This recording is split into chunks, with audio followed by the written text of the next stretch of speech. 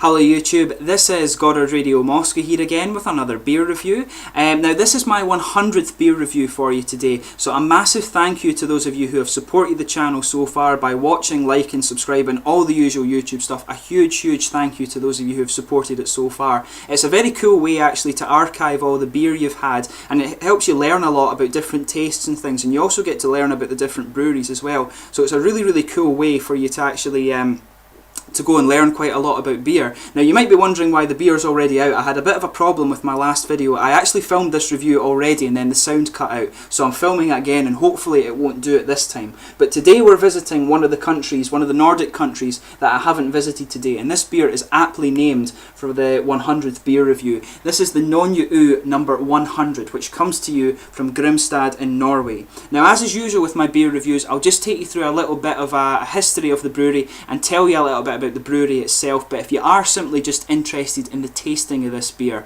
then feel free to fast forward towards the last few minutes of the video and you will catch that particular segment. Anyway, this is an independent brewery that was founded in 2002 by Gunnar Wiig and Kjetil Jikjen. I'm sorry if my pronunciation of the Norwegian names isn't quite correct, but they're based in Grimstad in Norway, which is in Agder county, in the Sørlandet region in southern Norway. It's a little maritime town apparently that's split among many different little islands which are called Skjergård, and it only actually has a population of about 21,000, so a very small town indeed. Now, Nøgne Ø actually means naked isle in Old Danish, and this was chosen from a well-known 19th century poem called Terje Vigen by Henrik Ibsen, who worked for some time in Grimstad as an apprentice pharmacist. But Gunnar and Kjetil were originally home brewers, and they say that they decided to start brewing on a larger scale because of the lack of diversity of beers in Norway. Apparently 98% of the beers in the country are the yellow sort of factory fizz that you get from the, the lager industrial beer, that kind of thing. But like many craft breweries, they say that they will not compromise on the flavour of their beers, but their subtitle is actually Det kompromissløse bryggeri. Apologies if my pronunciation's wrong again there, but that translates to the uncompromising brewery. And they say that they prefer their beers to be fruity and complex in flavour, and they believe that unlocking these good flavours is all to do with the use of high quality ingredients and a very refined brewing process. They use Maris Otter malts from England in a lot of their beers, and they're also very big on the use of the big C hops from the USA. This is the Cascade, Centennial, Chinook and Columbus hops, and they only produce top fermented and bottle conditioned beers. But they actually use top fermenting brewer's yeast that ferments quickly at high temperatures, and this brings out a lot of the fruity complex flavours that you get in their beers. But they don't actually filter them either, but rather ferment it a second time in the bottles from where it is served, and they call this a live beer. This is a concept I've never come across before, but the yeast in these live beers that is left inside gives them a much longer shelf life, and it prevents the beer from breaking down and developing these horrible flavours that you kind of associate with beers that have had oxidation damage and stuff like that. But apparently these can last for many years and even decades in some cases, depending on how they're prepared.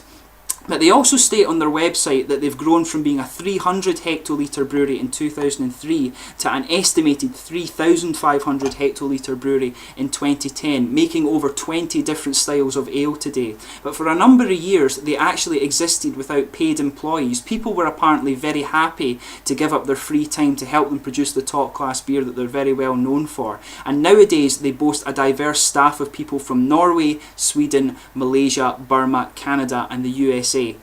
But they also boast the title of being Europe's first and only sake brewery, and apparently they're all brewed using the Yamahai method, and they use Grimpo rice from the Hokkaido region of Japan. But they have 5 different products in this range, and the symbol is actually quite similar to the U symbol that you can see on the beer here, but it also includes the Japanese characters Hakata Jim, which are displayed in the middle of the little O there, and this translates in Japanese to the naked island. But they also have actually a beer blog and sake blog on the website where you can keep up to date with the events in the brewery. So I'll put that in the video description for you, and you can keep an eye on that if you're interested in that. But anyway, they've got a number of other beers. This one is a member of the year-round brew range, but the other ones on the year-round brew range include Wit, Blonde, Brun, Bitter, Havre Stout, Pale, IPA, Porter, Imperial Brown, Imperial Stout, Tiger Triple, Brun, Saison, 2 captains, the number 100, of course this one, and the number 500. But all of these have different colours of the little U symbol in the middle. They also have some seasonal beers. They've got Godule, Yule's Nader, Pils, Suntern Brew, Underlig Yule, Winter Ale and Peculiar Yule. They also have some special brews which are called Aku Aku, Nighthawk, Single Hop Citra IPA, Double Hop IPA, Holy Smoke and India Saison. And they also have a number of retired beers and collaboration brews from breweries all around the world. They've collaborated with Mikkeller, Brewdog, a number of ones from the United States and a number of ones over in Japan and Asia and things like that. But as I say, have a little look at the brewery website and you'll be able to go and see the profiles of all these different beers that they do.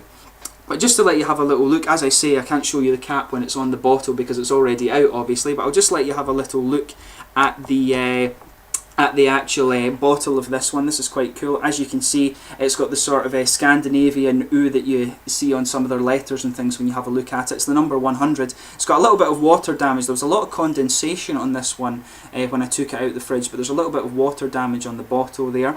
It has Kjartal Yiki, and he's the head brewer of the brewery. It has his little signature on the back there, which is quite cool. It's quite a nice design for the bottle, and this is actually quite a tall bottle for a half-litre one, which is quite unusual. It's a very, very tall bottle. But anyway, just to let you have a little look at the bottle cap as well, it has this same Scandinavian O on it there. As I say, I can't show you it when it's on the bottle. Nightmare with the sound on the video when I first did it. But anyway, let's get on to the tasting of this beer.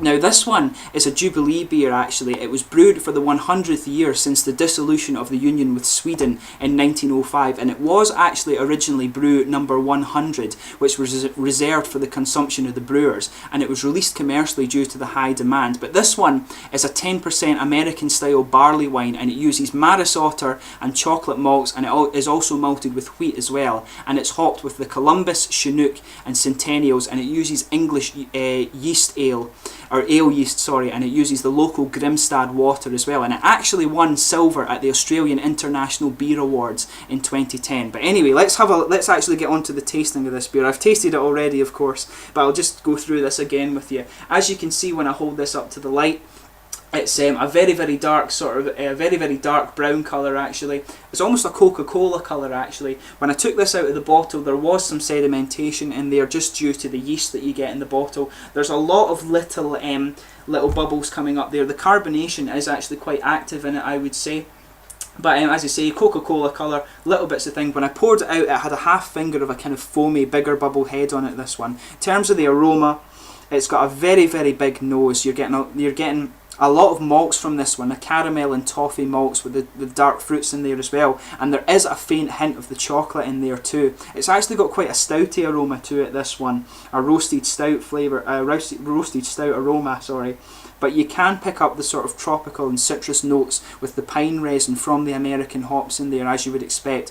But there's also a little bit of floral character in it as well.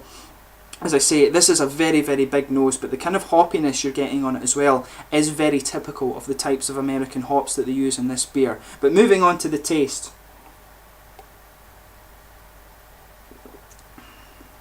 As I said before in the last one, the malty flavours are what lead into this beer. You're getting a lot of the caramel and toffee flavours coming out with the chocolate in the background. It actually has quite a roasty character to it, this one. It's a very, very nice beer.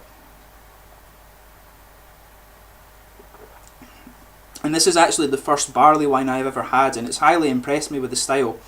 But as I say, you're getting the malty flavours leading into this one, and this actually make it quite a sort of nice darkly sweet beer. You're getting the caramel and toffee brown sugary notes coming out first. You've got the chocolate in the background, and it has that nice roasty element to it. In the aftertaste, the sort of fruit flavours come out a bit more. You're getting the darker fruits, but you're also getting the hints of citrus and pine needles from the big C hops, and it also has a little bit of floral character to it. But it's a very, very big flavour and a very big nose on this one. This is an enjoyment beer rather than a sessionable beer. This is a really, really good one, and I highly recommend you try this. I'm really impressed with the barley wine style right now, if this is quite representative of it. This is a really, really good beer. But as I say, you're getting a lot of the malts on this so coming out first. The caramel, dark sugary flavours, the nice little bit of chocolate with roasty character in there. Then you're getting the sort of rebuilding of the flavour. In the middle it goes down, and then it builds back up for the aftertaste. That's when you're getting the sort of citrusy flavours in this one. And the dark fruits mixed in with a sort of piney dough resin. It's a really, really nice beer, this one. In terms of the mouth, I would describe this one as being kind of full-bodied. It's actually very smooth. It's got a little bit of an oily mouthfeel to it, which is quite good. It suits the style quite well. Gives it a sort of syrupy feel in my opinion. But the alcohol in this one is fairly well hidden. You do get a little bit of warmth out of it, but it's actually quite easy drinking compared to the Belgian beers, which are usually very high alcohol content. This one is actually quite mass, but it does give you just a little hint of it, but it's not quite as prominent as some of the Belgian beers. But as I say, this is a really, really nice beer from a brewery that have a very kind of unique way of looking at their beers with this live beer concept that I talked about in the review. But I hope this beer review has been informative for you. Thanks again, as I say, for supporting me through these 100 videos that I've filmed for you so far. It's really good doing these. As I say, you learn a lot about different beers, but definitely give the Nøgne Ø brewery from Norway a check out. I had heard great things about this brewery before I actually tried it. This was a beer I kept specifically for the 100th video, despite wanting to try it as soon as I got it in my crate. But anyway, thanks again for watching my videos. I hope you've enjoyed it. If you haven't already subscribed, please consider it. And as usual, like, subscribe, share, all the usual YouTube stuff. But you've been watching Goddard Radio Moscow. Thank you again for your support over these 100 videos, and I'll catch you soon with another beer review. Cheers.